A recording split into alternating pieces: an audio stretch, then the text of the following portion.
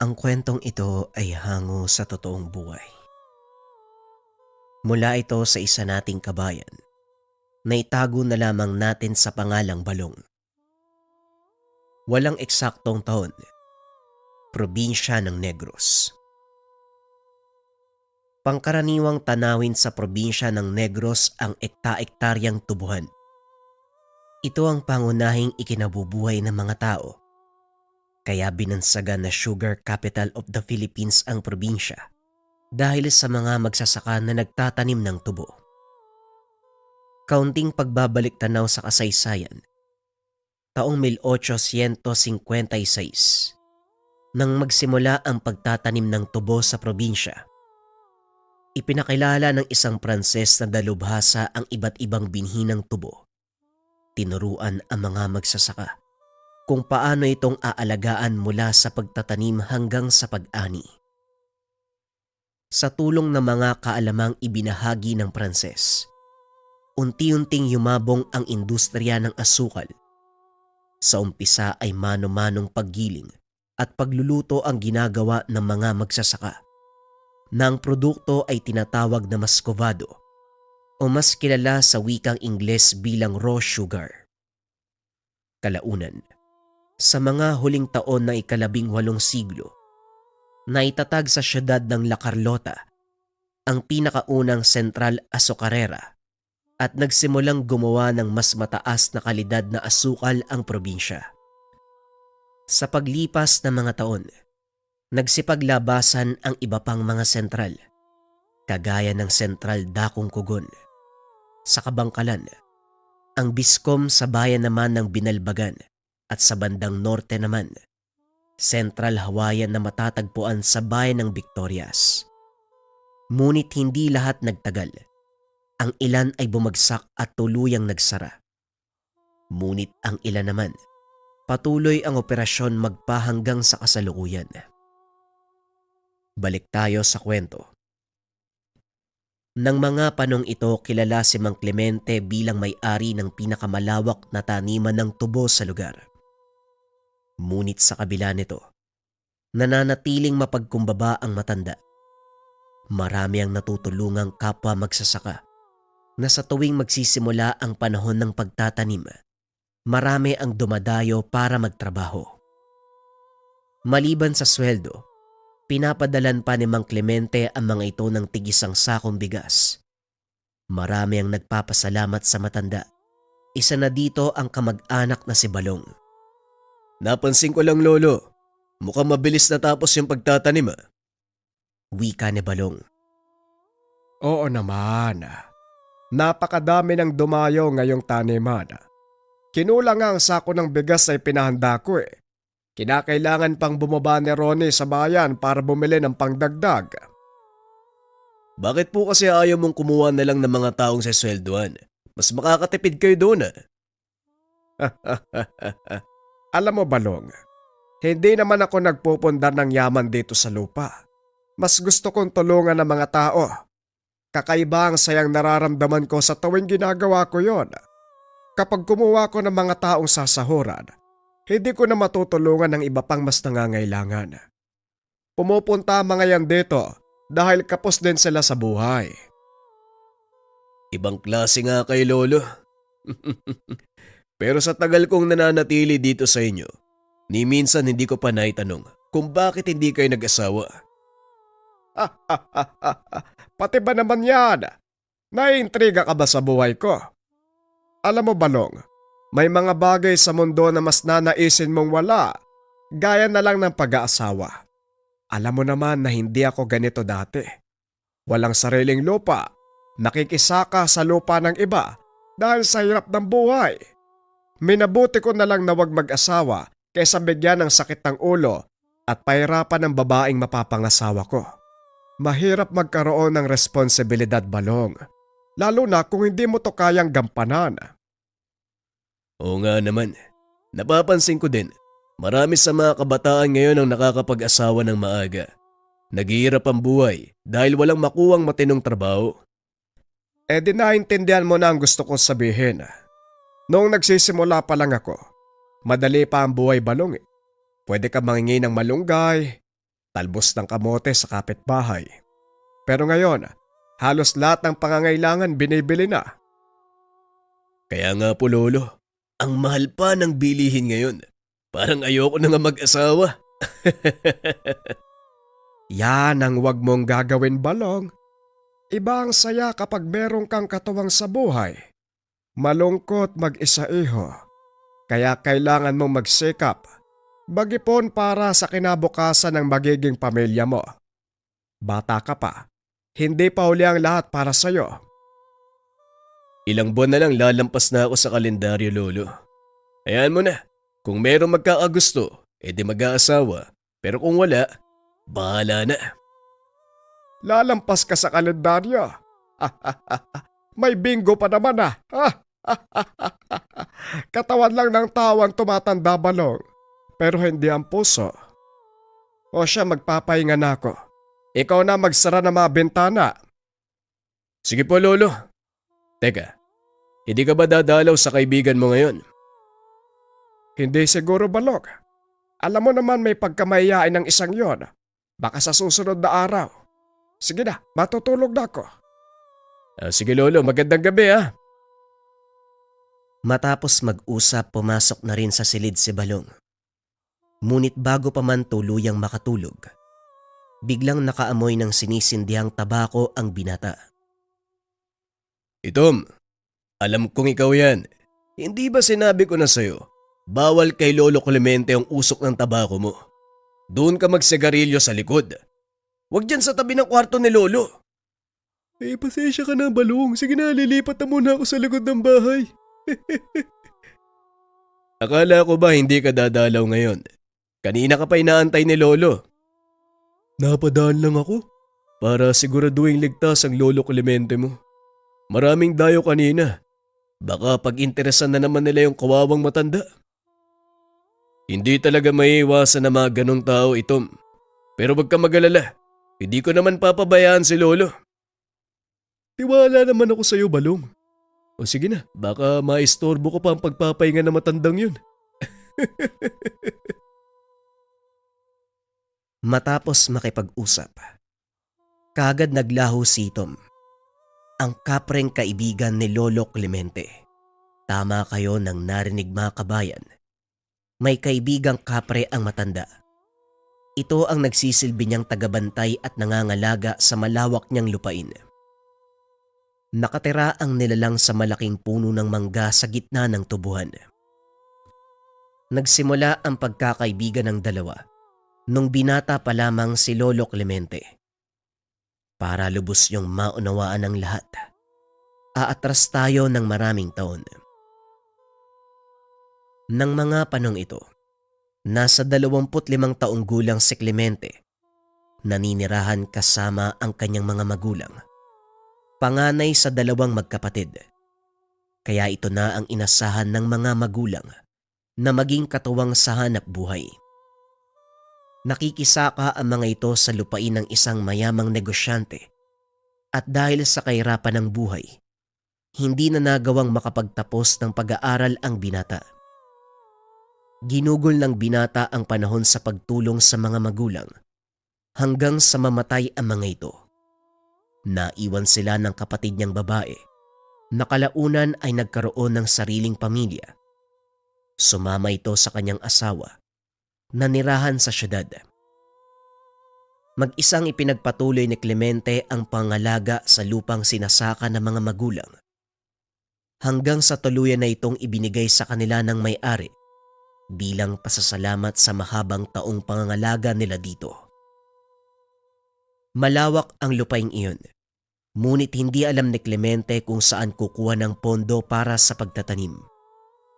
Hanggang sa naisipan, isangla ang maliit na bahagi ng lupa at ginamit ang pera bilang kapital sa pagpapalago ng kanyang tubuhan. Sinubok ng panahon si Clemente. Dinaan ng maraming peste ang kanyang pananim, ngunit hindi ito sumuko.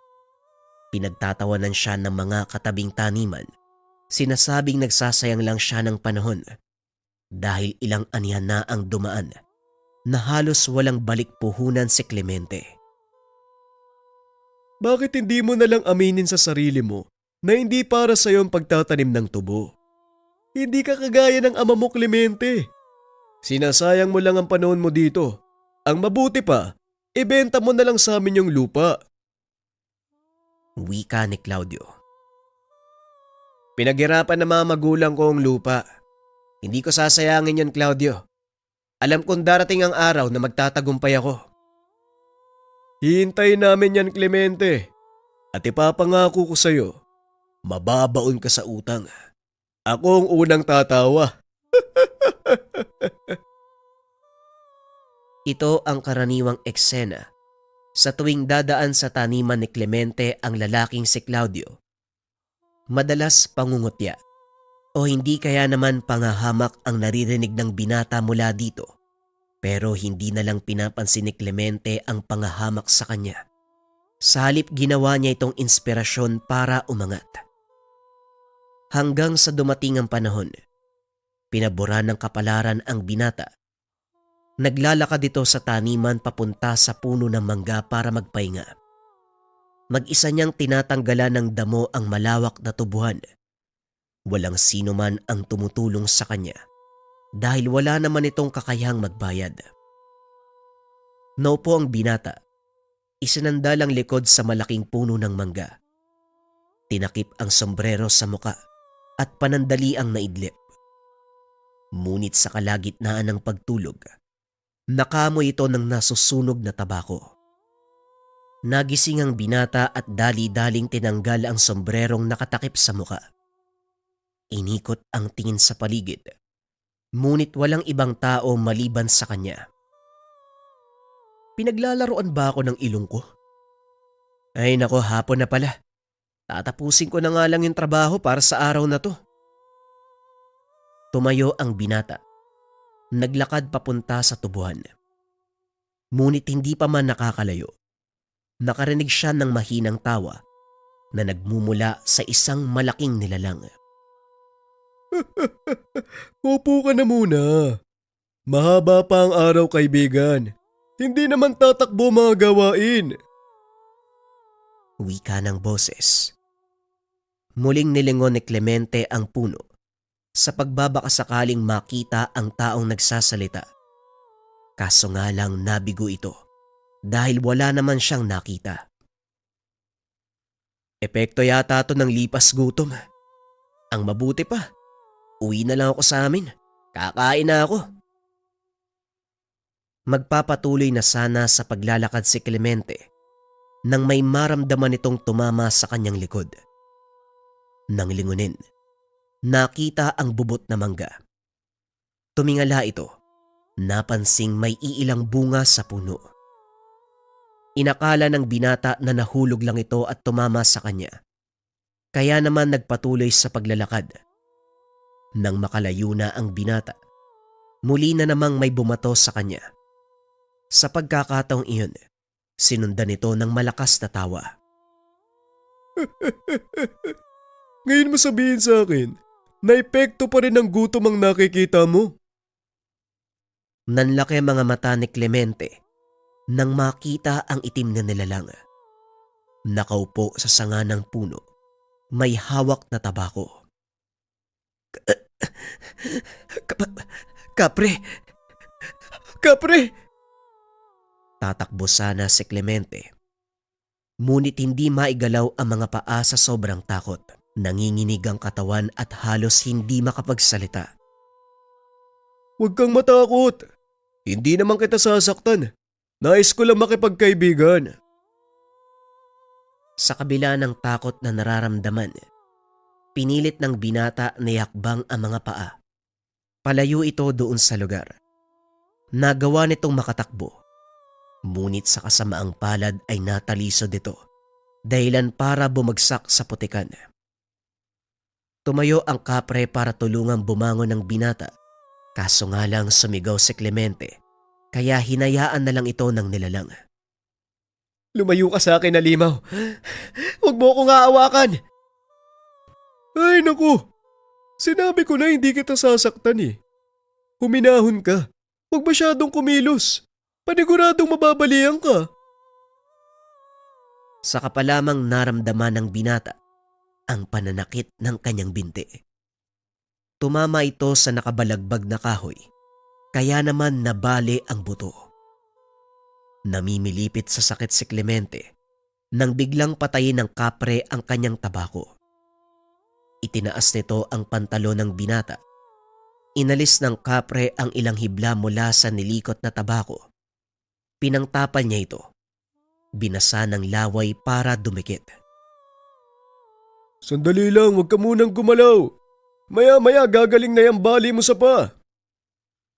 Wika ng kapre. Nanatili sa kinaupuan si Clemente. Unti-unti nitong nararamdaman. Nawawala ang pananakit ng binti. Sinubukang igalaw ng binata ang paa. Nagulat ito dahil parang walang nangyari. Anong kailangan mo sa akin? Bakit mo ko tinutulungan? Wala akong kailangan sa'yo. Nais ko lang makipagkaibigan. Ang pangalan ko ay Itom. Dito ako nakatira sa puno ng mangga. Ang totoo, matagal na kitang pinagmamasdan. Nakikita akong pagsusumikap mo na mapalago ang lupang minana sa mga magulang mo. Gusto kong palaguin ang kabuhayang iniwan nila tatay. Kahit anong mangyari, hindi ko iiwan yung lugar na to. At yan din ang dahilan kung bakit ako nagpasya na magpakita sa'yo. Nararamdaman ko na may mabuti kang kalooban. Walang bahid ng inggit sa iba. Kaya nagpasya ako na tulungan ka. Tulungan? Anong klaseng tulong naman yung ibibigay mo sa akin? Ano bang nais mo mangyari sa lupang to? Gusto ko lang na yumabong ang mga pananim at gumanda ang ani. Kung ganoon yan ang magaganap, magkita tayo muli makalipas ang 6 na buwan. Ipapakita ako sa'yo na hindi ako nagbibiro. Matapos ang pag-uusap na yun, naglaho ang kapre. Nang mga sumunod na araw, kapansin-pansin ang malaking pagbabago sa tubuhan. Naging mas luntian ang mga dahon ng mga tubo. Mas kumapal pa ito. Napansin ni Claudio ang biglang pagganda ng tubo ng taniman ni Clemente. Kaya naman hindi nito napigilan ang sariling magtanong sa binata. Anong salamang kayong ginawa mo? Bakit parang tumaba yata yung mga tubo? Pagsisikap lang, Claudio. Tamang pag-aalaga. Sige na, maiwan na muna kita. Pupunta lang ako sa bandang gitna. Mukhang nakatsamba ka ngayon ah. Pero tignan natin kung hanggang saan ang swerte mo. Lingid sa kalaman ni Clemente. Si Claudio ang may pakana ng pagkasira ng mga pananim sa paligid. Isang mambabarang ang pinuntahan. Binayaran ng malaking halaga upang magpakawala ng mga insekto na sisira sa taniman. Aling segunda, gusto kong sirain mo ang tubuhan ng binatang si Clemente. Banta siya para sa akin. Hindi natin masusolo ang produksyon ng asukal kung gaganda ang ani niya ngayong taon. Huwag kang maghimotok dyan. Ako nang bahala. Basta gaya ng napag-usapan. Oo naman, gagawin ko pang doble kapag nagawa mong sirain ang buong taniman ni Clemente. Pangako yan, Claudio, ha? Sa oras na hindi ka tumupad, buhay mo ang sisirain ko. Matapos makipag-usap, sinimula ng matanda ang pagpapakawala ng mapaminsalang balang sa taniman ni Clemente. Masaya namang umalis si Claudio sa tahanan nito. Sa pag-asang bukas, makikita niyang inuubos ng mga balang ang tubuhan ng binata. Kinabukasan maagang nag-ikot sa tubuhan. Laking pagtataka dahil wala ni isa sa mga tubo ang nasira. Wala ding mga insekto. Dali-dali itong umalis sa lugar para pumunta sa kanyang taniman. Halos gumuho ang mundo ni Claudio nang makita ang mga balang na nakadapo sa dahon ng kanyang pananim. Dali-daling nagsinde ng tuyong talahib si Claudio para itaboy palayo ang mga insekto. Sa kasamaang palad, Nasunog ang buong taniman ni Claudio. Halos mabaliw habang pinagmamasdang natutupok ang pananim. Walang nagawa sa mabilis na pagkalat ng apoy. Naku, ano ba naman yan, Claudio? Isang buwan na lang gapasan na. Paano na ngayon yan? Lumayo ka sa akin. Kasalanan mo lahat ng yan eh. Aba teka, bakit mo ako sinisisi? Anong ginawa ko sa'yo? Huwag ka na magmaang-maangan. Ikaw ang may pakana ng pagkalat ng balang sa tubuan ko. Salot ka sa lugar na to kaya lumayas ka. Magdaan-daan ka sa pananalita mo, Claudio. Iginagalang kita dahil mas matanda ka sa akin. Pero wag mo kong pagsasalitaan ng ganyan. Malalaman ng buong barya yung ginawa mo. Sisiguraduhin ko papalayasin ka ng mga tao. Dali-daling tumakbo si Claudio papunta sa baryo. Kagad umuwi si Clemente. Alam niyang susugod ang mga tao. Kaya naman pinili niyang lumayo. Habang nag-iimpake ng mga kagamitan, biglang narinig ni Clemente ang boses ng kapre. Oh, saan ka pupunta? Kailangan ko nang umalis. Susugod dito yung mga taga-baryo eh. Dahil yan sa gawa ni Claudio. Ano bang kasalanan mo sa kanila? Yun na nga, wala akong kasalanan sa kanila. Kaya ako na lang ang iiwas. Hindi naman yata patas yun. Huwag kang aalis. Akong bahala. Teka, anong gagawin mo sa kanila? Wala. Basta magtiwala ka lang. Pag-uusap ng dalawa. Ilang minuto ang nakalipas. Nagdatingan ang mga tao sa pangunguna ni Claudio. Dere-derecho ang mga ito sa bakura ng binata. Ayan si Clemente. Siya ang dahilan ng pamimeste ng balang sa taniman ko. Wika ni Claudio. Teka, sandali lang mga kasama. Wala akong kinalaman sa sinasabi ni Claudio. Hindi ko nga alam kung ano nangyari. At saka isipin nyo, saan ako kukuha ng ganong karaming balang? May sa demonyo ka kasi. Paanong naging ganito kaganda yung tubo ng mga tanim mo?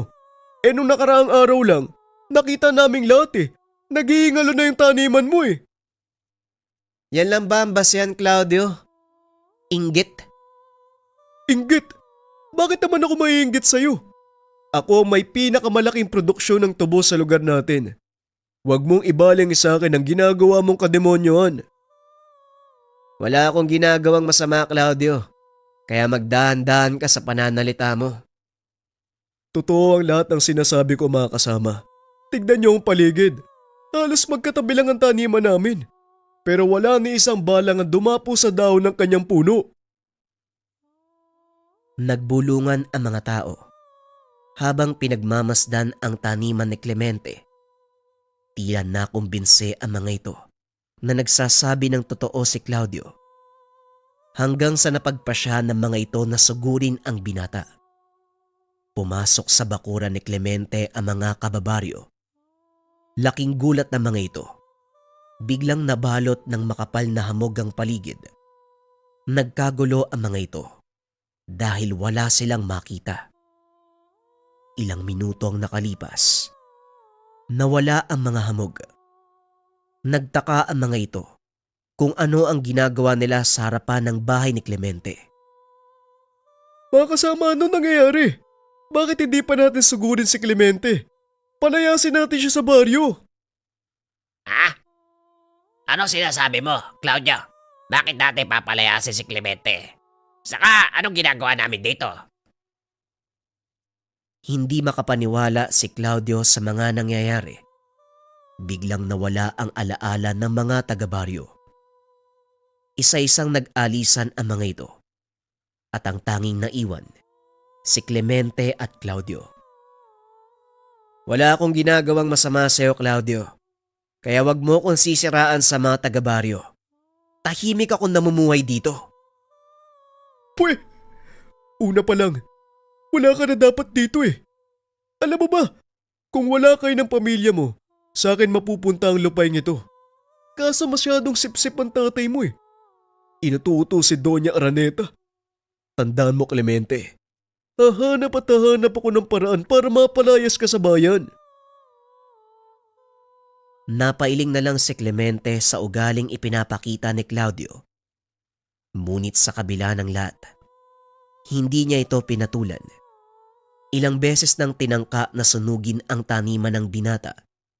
Ngunit sa hindi malamang dahilan, lahat ng ginagawa ni Claudio ay bumabalik sa kanya. Ano bang ginagawa mo kay Claudio, Itom? Bakit parang lahat ng kamalasan nasasalo ng taong yun? Bagay lang sa kanya mga nangyayari. Ang mga balang na sumasalakay, siya din ang may gawa nun. Nakipagkasundo siya sa isang mambabarang upang sirain ang iyong taniman. Kaya gumawa ko ng paraan. Mambabarang? Bakit niya naman gagawin yun? Di ba, siya ang may pinakamalaking produksyon dito sa bayan? Dahil lang sa inggit, Clemente. Nakita niya ang biglaang pagbabago sa iyong mga pananim. At alam ng taong yun na malaking bantayan para sa kanya. Huwag kang mag-alala. Dahil kahit ano pa ang gawin ng taong yun, hindi siya magtatagumpay. Magtiwala ka lang sa akin. Pangangalagaan ko ang lugar na to. Pero sandali lang, ano naman ang kapalit? Isang bungkus ng tabako.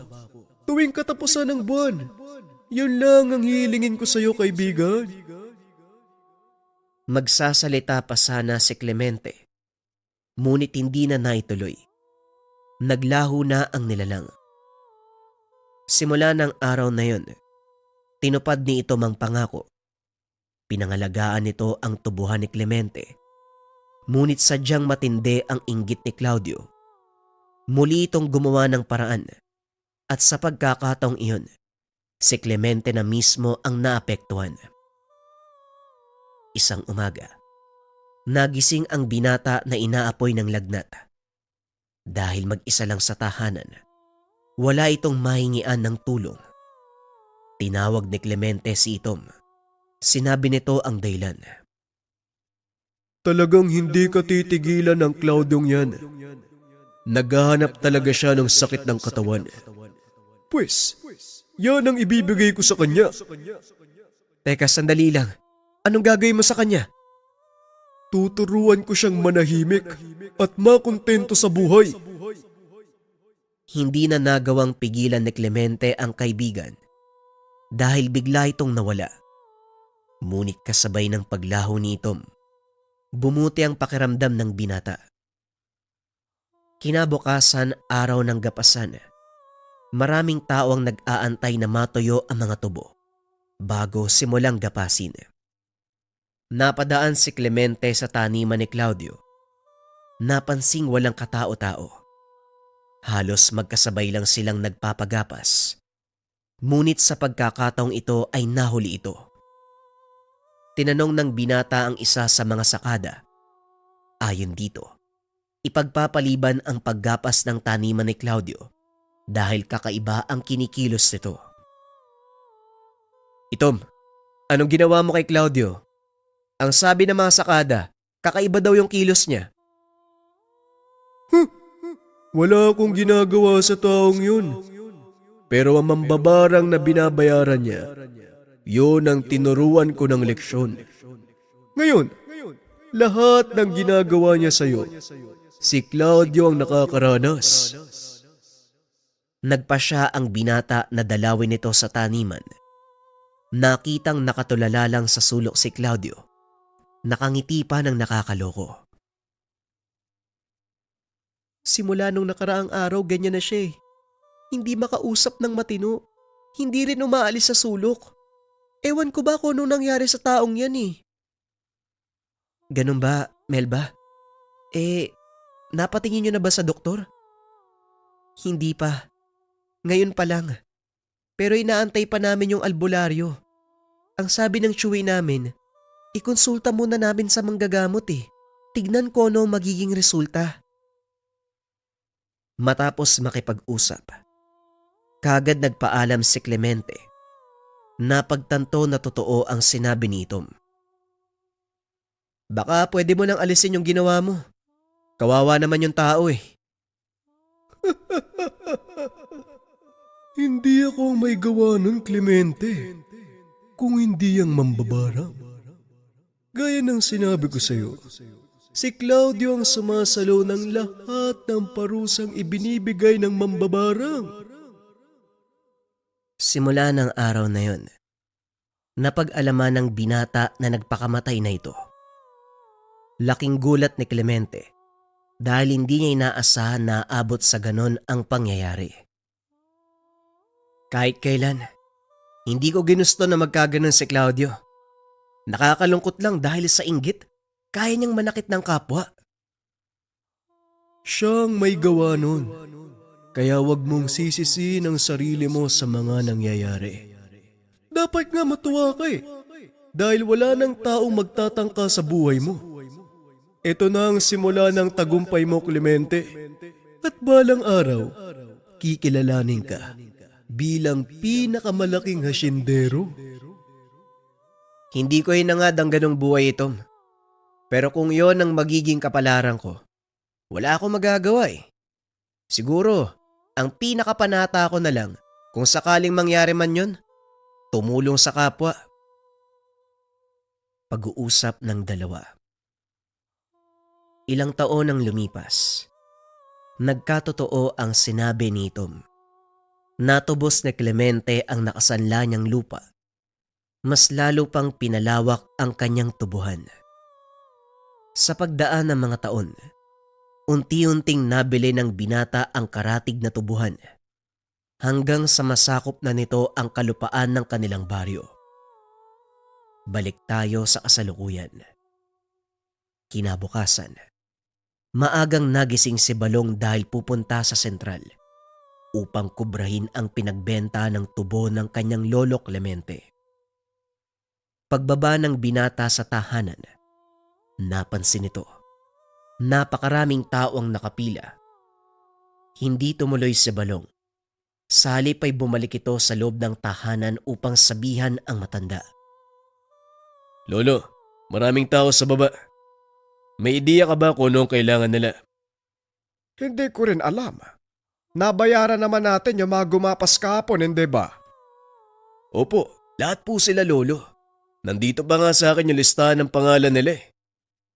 Kung ganon, anong kailangan ng mga taong yon? Yun nga din po ang tanong ko, Lolo.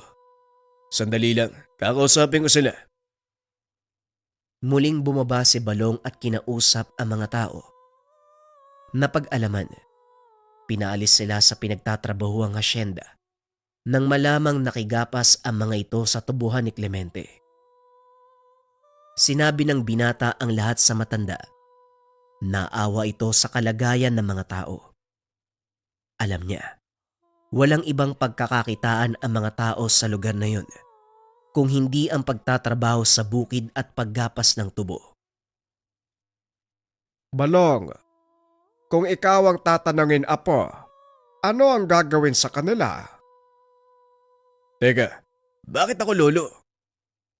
Sino pa ba ang tatanungin ko dito? Tayo lang naman ang magkausap, hindi ba? Hindi ho yun.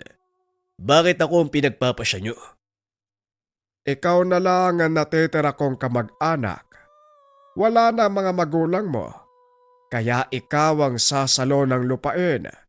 Mapupunta sa iyong kamayang pamamahala. Kaya kita tinatanong. Kung ako ang tatanungin, siguro kukunin ko sila bilang tauhan dito sa taniman. Pero inaalala ko din ang sinabi mo sa akin na kung magiging regular ang trabaho nila, hindi na tayo makakatulong sa iba. Tama ang sinabi mo. Pero alam ko na may paraan ka para sa problemang yan. Kaya pag-isipan mong mabuti ang gagawin. Simula sa araw na ito, ikaw ang itinatalaga ko na mamahala sa tubuhan. Nanlaki ang mga mata ni Balong sa sinabi ng matanda. Lalo pa nang makita nito ang papeles na nagsasaad ng paglilipat ng titulo sa kanyang pangalan. Teka, Lolo masyadong mabilis ang pangyayari. Bakit biglaan? Hindi yan biglaan, iho. Matagal kong pinag-isipan ng desisyon. Inoobserbahan ko lang ang mga kilos mo kung paano kang makisalamuha sa mga tao. Nakikita ko na gustuhan nila ang pamamaraan mo. Kaya ito, apo, tanggapin mo. Inabot ni Mang Clemente ang papeles kay Balong. Hindi makapaniwala ang binata. Ipagkakatiwala sa kanya ng matanda ang napakalawak na lupain. Naglakad pababa ng bahay si Balong. Hinarap ang mga tao at nagsalita. Mga kasama, ang nilalaman ng papeles na ito ay titulo ng lupa. Kalakipang kasulatan na nagsasad ng formal na paglilipat ng titulo sa aking pangalan. Sa makatuwid, epektibo ora mismo, ako na ang nagmamay-ari ng buong taniman at ang pinakaunang panukala, bigyan ito ng mga kamay na magpapalago at mag-aalaga. Tinatanggap namin kayo bilang mga tauhan. Pero pagpasensyahan nyo na dahil wala kaming mga kwartel na maaaring pagtirahan ninyo. Ngunit malaya kayong gamitin ng anumang nariyan sa paligid para gumawa ng pansamantalang tahanan. Tuwang-tuwa ang mga tao sa naging pasya ni Balong. Maging si Mang Clemente, nakikita ang hinaharap ng kanyang lupain sa kamay ni Balong. Kinagabihan, habang nagkakasiyahan, nakipag-usap ang maglolo kay Itom. Itom, alam kong tahanan mo ang lugar na ito. Pasensya ka na kung nagpatuloy kami ng maraming tao. Naaawa lang ako sa kanila. Wala na silang matatakbuhan. Hindi kaya ng konsensya ko ang makakita ng taong nagugutom. Huwag kang mag-alala, Balong. Nauunawaan ko ang pasya mo. Sa katunayan, natutuwa ako. Dahil kabutihan ng nakararami ang iniisip mo. Ipinapangako ko, patuloy ko pa rin pangangalagaan ng lupain. Pasensya ka na, kaibigan, ha. Maaaring magambala ang tulog mo paminsan-minsan. Walang kaso. Nauunawaan ko ang ugali ng mga tao. Kaya wala kang dapat alalahaning, Clemente. Naging matiwasay ang buhay ng mga tao sa pangangalaga ni Balong.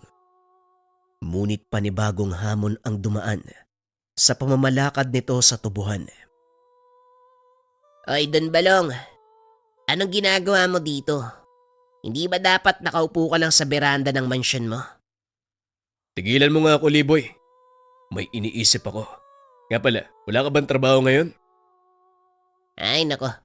Yun nga ang dahilan kung bakit ako naparito eh. May sulat mula sa munisipyo at mukhang problema ang dala niyan. Pasensya ka na, Balong, ha. Napagutusan lang ako na ihatid sa iyo yung sulat eh. Inabot ni Liboy ang sulat sa binata. Dali-dali itong binuksan ni Balong. Napailing na lang ito nang mabasa ang nilalaman.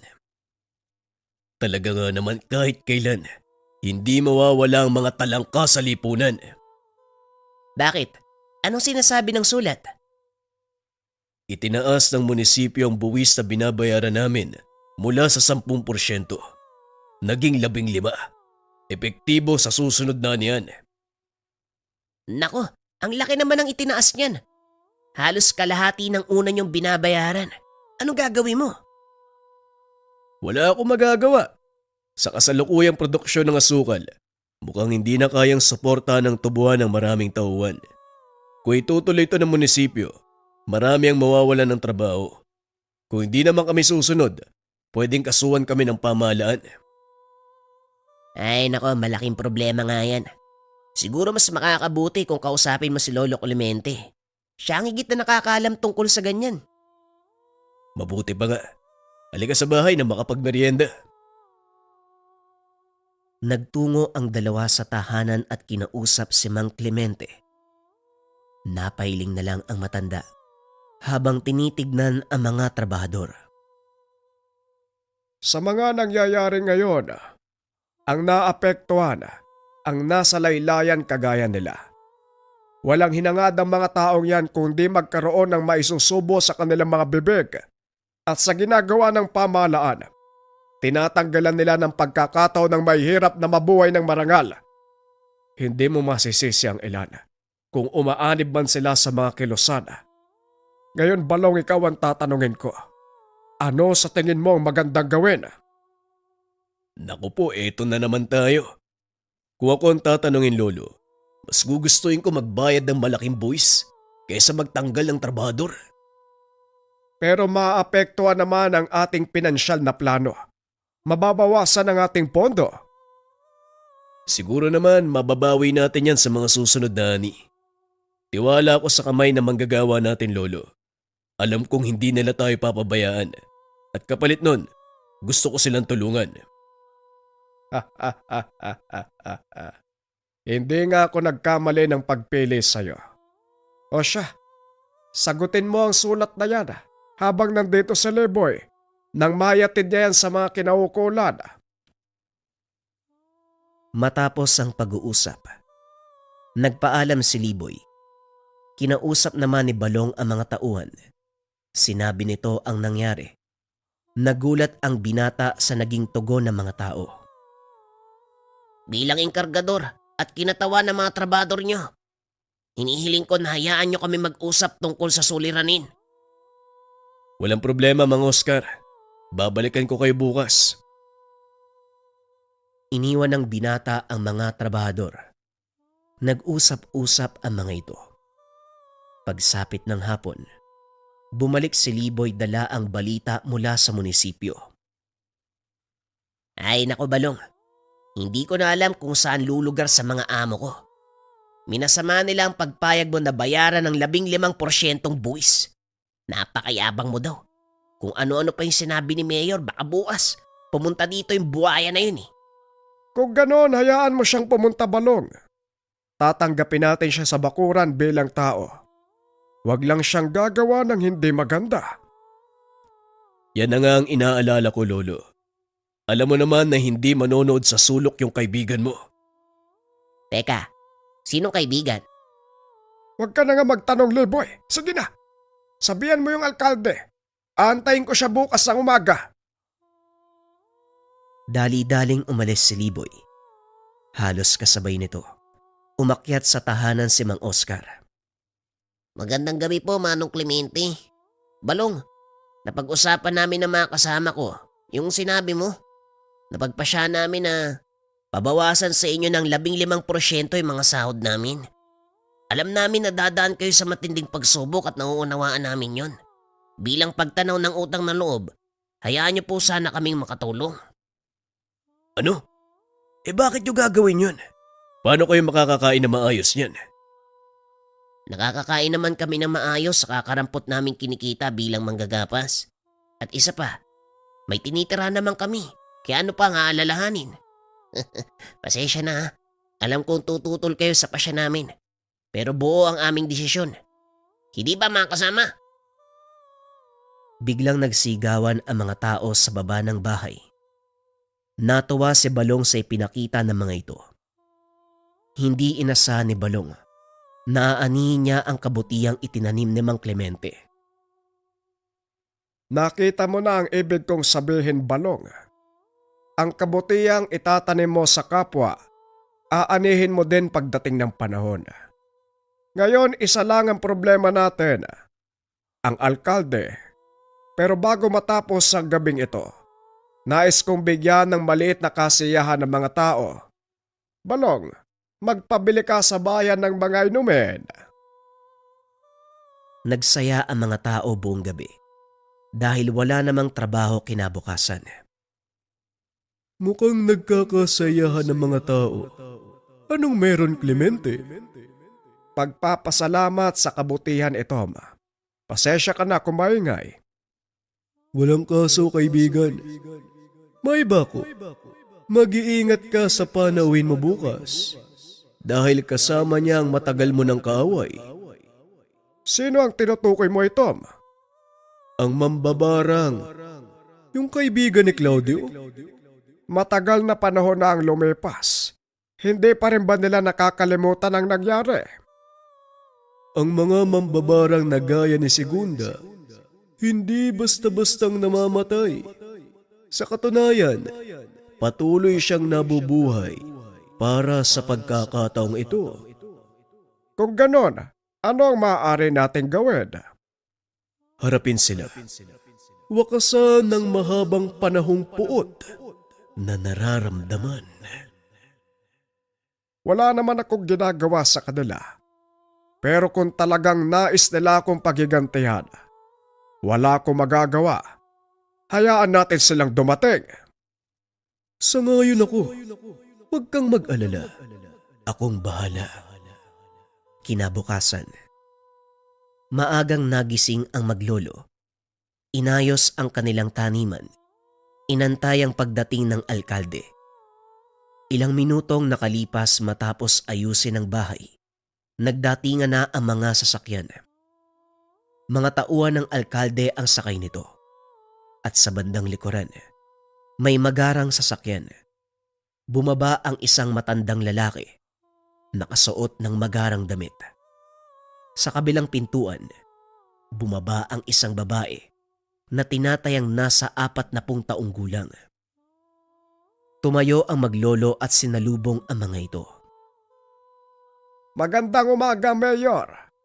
Ano ang nagdala sa'yo para pumasyal sa aking munting tahanan? Magandang umaga, Clemente.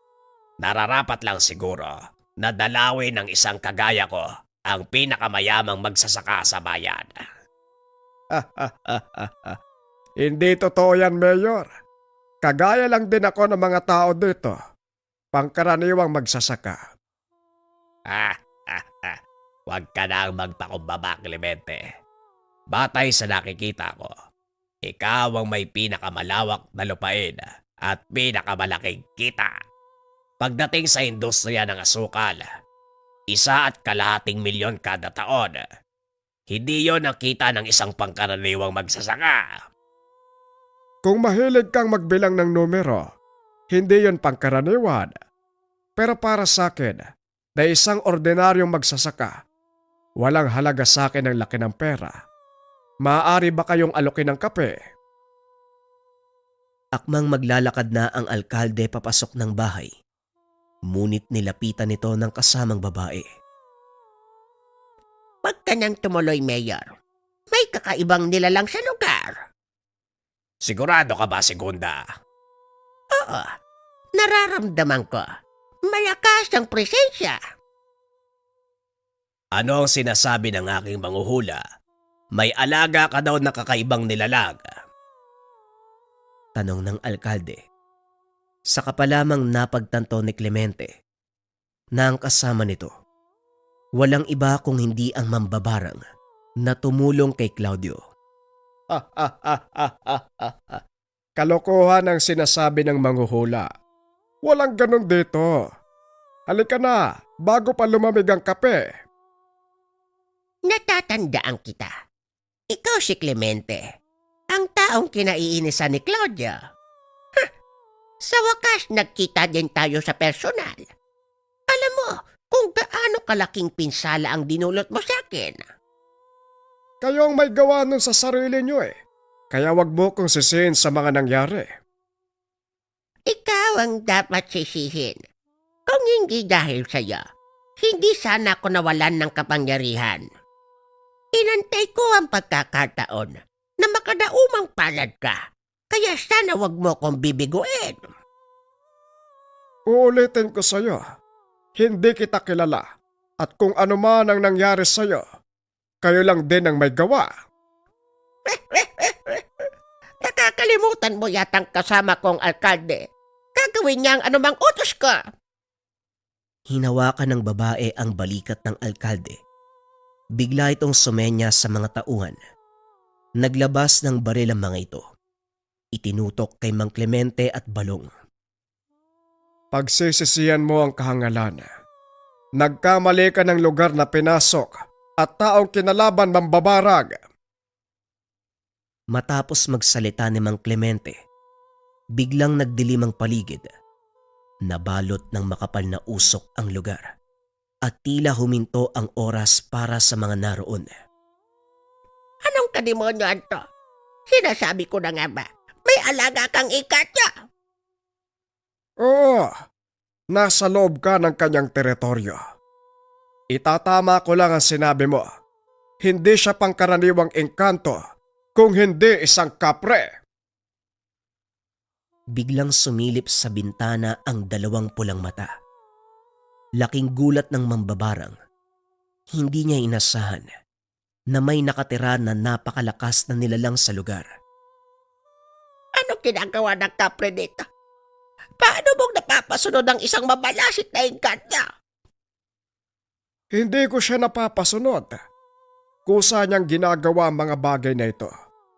Kaibigan ko ang kapre niyan at siya ang dahilan kung bakit bumalik lahat sa inyo ang pinsalang ibinabato sa akin. Kampante kang matatalo ko sa kapre niyan.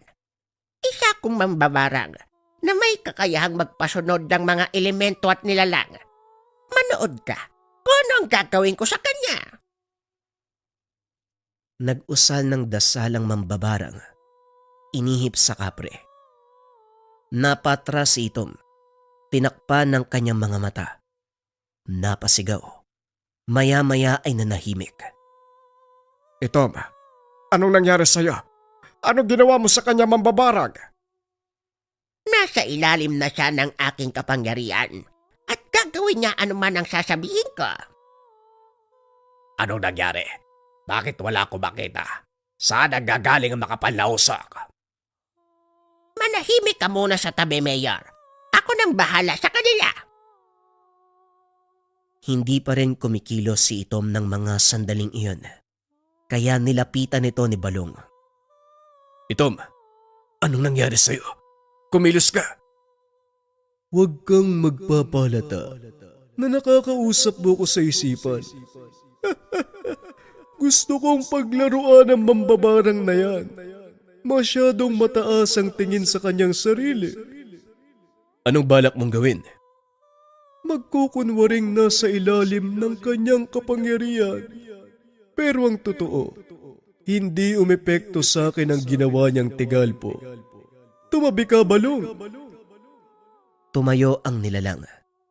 Marahang naglakad papunta sa likod ni Segunda. Tumayo ito habang hawak-hawak ang kanyang tabako. Ano pa ang inaantay mo, kapre? Pahirapan mo ang taong yan. Inangat ni Itom ang kanyang kamay. Akmang hahampasin si Clemente. Maghulos dili ka, Itom. Magkaibigan tayo. Hindi kita kilala. Tugon ng kapre. Sabay hampas ng bubong ng bahay. Dali-dali namang nilapitan ni Balong ang matanda at kinausap. Huwag kang mag-alala, Lolo. Magtiwala ka kay Itom. Kontrolado niya ang sitwasyon. Anong ibig mong sabihin? Malalaman mo mamaya, Lolo. Magtiwala ka lang sa kanya. Itinakas ni Balong ang matanda. Hinayaan si Itom na harapin ng mambabarang. Lingid sa kaalaman ng mga ito. Gumawa lang ng paraan ng kapre para makatakas si Clemente. Alam niya na ito ang pupuntiryahin ng mambabarang. Huwag mo silang hayaang makatakas sa kapre. Ano problema? Bakit hindi ka sumusunod? Walang sino man ang maaaring makapag-utos sa akin. Hindi ikaw. Hindi sino man. Laking gulat ng mambabarang nang bigla siyang hambalusin ng nilalang. Tumalsik siya sa malayo. Tumama ang ulo sa bato, dahilan para mawalan ng malay. Dali-dali namang tumakbo ang alkalde, ngunit hindi mapakali sa pwesto ang mga tauhan dahil sa kung anong ginagawa ni Itom. Anong ginagawa mo sa mga tao ko? Bakit hindi sila makakilos? Huminto ang oras para sa kanila. Hindi sila babalik sa dati hanggat hindi ko sinasabi. Wala akong kinalaman dito. Pakiusap, hayaan mo kami makaalis. Matapos magsalita, dali-daling tumakbo ang alkalde. Hinayaan ito ni Itom, ngunit hinarangan ito ni Balong. Saan ka pupunta, Mayor? Hindi pa tapos ang pag-uusap. Kakalimutan ko na nakasaan sa sulat ko. Bahala na kayo. Paalisin mo lang ako sa lugar na to. Hindi yun ang dahilan kung bakit ka pumunta dito, hindi ba? Anong sinabi mo kay Lolo Clemente? Masyado na siyang mayabang. Bakit, Mayor? Tinamaan ka ba sa ginawa niya? Siningil niyo kami ng sobra-sobra sa dapat naming bayaran. At ngayong pinagbigyan kayo, kami pa ang masama. Patawad. Hindi yun ang intensyon ko. Gusto ko lang makita ang kapasidad ni Clemente. At ngayong napatunayan ko na, yun lang ang pakay ko. Kaso lang ang problema, dinala mo ang isang mambabarang sa bakuran namin na pinangangalagaan ng isang kapre. Pinagsisisihan ko ang pagpunta dito. Pakiusap, hayaan mo ako makalis. Pag ako wala akong pagsasabihan, mananahimik ako. Hindi ako magpapasya kung hindi ang kaibigan ni Lolo Clemente. Napalingon ang alkalde sa kinaroroonan ni Segunda. Wala itong malay, kaya lalo siyang natakot. Pakiusap, hayaan mo ako makalis. Tumayo si Itom sa tabi ni Balong. Nagsinde ng tabako. Magsilbi ng aral para sa inyo ang pangyayaring ito. Sige na, lumayas ka na. At para naman sa mambabarang na yan. Teka, saan nagpunta ang... Hindi na natapos ni Itom ang sasabihin. Naramdaman niya. May kung anong pumupulupot sa kanyang binti. Nagkakamali ka. Kung inakala mong matatalo mo ako. Ngayon pagsisisihan mo ang pakikipagtuos sa akin. Biglang nanigas ang katawan ni Itom. Unti-unting napaluhod. Napatras si Balong dahil natumba ang malaking nilalang. Nadapa sa lupa. Itom, anong nangyayari, kaibigan? Lumayo kayo sa lugar na to, Balong. Ako nang bahala dito. Sige, tumakas kayo. Pero ang tanong, hanggang saan kayo dadali ng takbo? Hindi ko hahayaan. Naggalawin mo ang mga kaibigan ko. Dahan-dahang tumayo si Itom. Tinanggal ang baging na nakapalupot sa kanyang binti. Sumigaw ng napakalakas. Yumanig ang paligid nang iampas ng malaking nilalang ang kamao sa lupa. Biglang nag-iba ang reaksyon ng muka. Malayo sa maamong itsura sa tuwing nakikipag-usap kay Balong. Hinarap ni Itom ang mambabarang at kahit anong gawin ng matanda, hindi nito mapatumba ang galit na kapre. Binunot ni Itom ang puno sa tabi. Ibinalibag sa alkalde at sa mga tauhan. Tuluyang nagwala ang nilalang at tila hindi naririnig ang mga sigaw ni Clemente. Itom, huminahon ka. Alam ko naririnig mo ko. Pakiusap, itigil mo yan. Hindi ka naririnig ni Itom, Lolo. Sa palagay ko, kailangan na nating umalis. Hindi, Balog. Hindi tayo ahalis. Kahit sa pinakamahirap na kalagayan. Hindi ako iniwanan ni Itom. At hindi ko rin siya iiwan. Ngayong higit niya kung kailangan. Pero Lolo, tignan mo si Itom. Hindi na siya ang maamong nilalang na naging kaibigan mo. Nagkakamali ka. Nangyari yan kay Itom dahil nais niya tayong protektahan. Tignan mong mabuti. Hindi siya nagbabato sa kahit ano sa direksyon ng mga inosente nating tauhan, maliban sa mga kasama ng alkalde. Napansin ni Balong na hindi nga nasaktan ang mga tauhan nila sa taniman. Kaya kahit papano nabuhayan ito ng loob, nababalik si Itom sa dating ugali. Patuloy na naglalaban ang mambabarang at kapre hanggang sa napuruhan ito ni Itom. Bumuga ng makapal na usok ang nilalang na bumalot sa katawan ng mambabarang. Napasigaw ito na parang nahihirapan. Hanggang sa tuluyang nawala ng tinig, humupa ang usok. Naglaho ang katawan nito. Dahan-dahang kumalma si Itom. Ibinaba ang hawak na kahoy. Naupo. Matapos ay nagsinde ng tabako. Ayos lang ba kayong dalawa? Ang tigas talaga ng ulo mo, Balong. Sinabihan na kitang umalis. Ayun tuloy. kailangan ko pa magpigil. Tiwala kong nasa wastong katinuan ka pa rin. Kasong malaking problema, hindi ka marunong makinig kapag nagagalit. Nakakatakot kapag nagwawala kay Tom. Paumanhin, kailangan kong gawin yon para matalo mambabarang. Pasensya na kayo ha. Kung marami nasira, ayusin ko na lang. Matapos ng pag-uusap, nagpaalam si Itom na aalis. Muli namang bumalik sa dati ang lahat.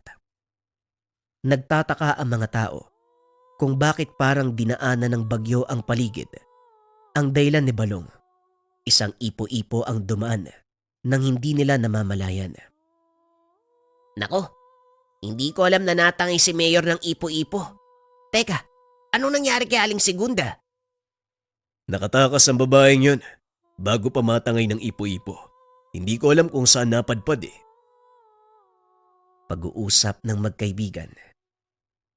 Nang mga sumunod na araw, nagpunta si Balong sa bayan upang mamili ng mga kakailanganin. Laking gulat nito nang makita ang alkalde na naglalakad sa daan. Nakatulala habang nagsasalita ng mahina.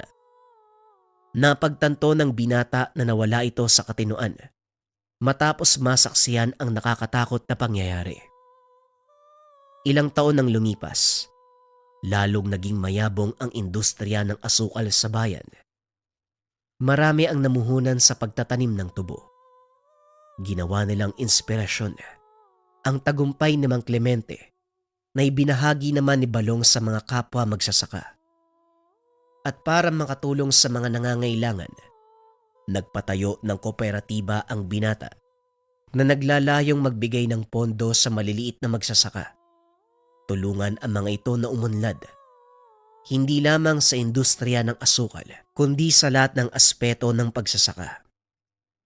Nagkaroon ng sariling pamilya si Balong. Ipinamana ang lupain at kaalaman sa kanyang mga anak. Ipinagpatuloy ng mga ito ang totoong adhikaing sinimula ni Balong, na ang sentro, pagtulong sa mga may hirap na magsasaka. Patuloy pa rin ginagabayan ni Itom ang kanyang pamilya. Hanggang sa kasalukuyan, naniniwala sila na nariyan si Itom, ang alagang kapre ng magsasaka.